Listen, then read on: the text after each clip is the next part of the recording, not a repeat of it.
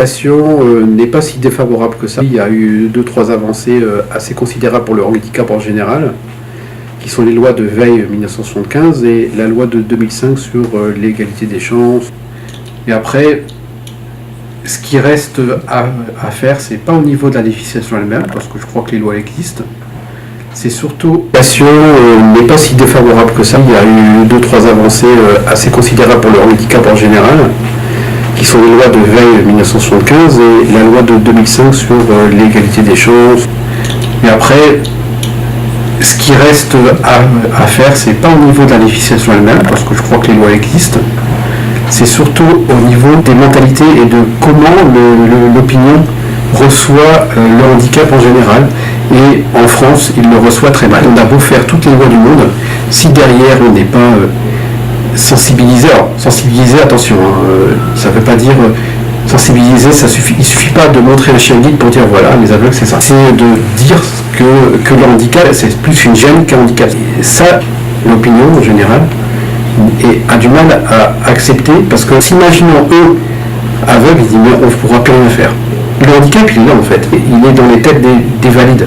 Après, du coup, il y en a qui réagissent, des personnes déficientes visuelles ou handicapées ou autres handicaps, qui réagissent, qui reproduisent un petit peu ce que pense leur entourage.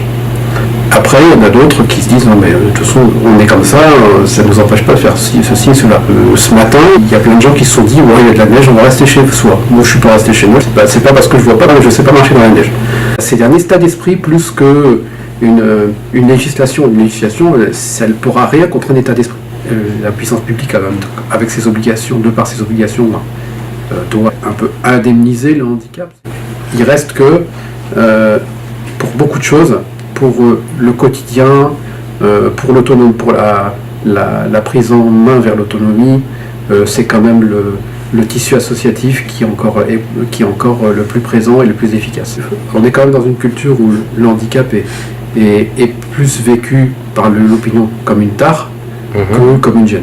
Il y a vraiment des révolutions à réaliser pour que le handicap, les déficiences soient vécues autrement, pas par ceux qui les subissent, mais par ceux qui les côtoient.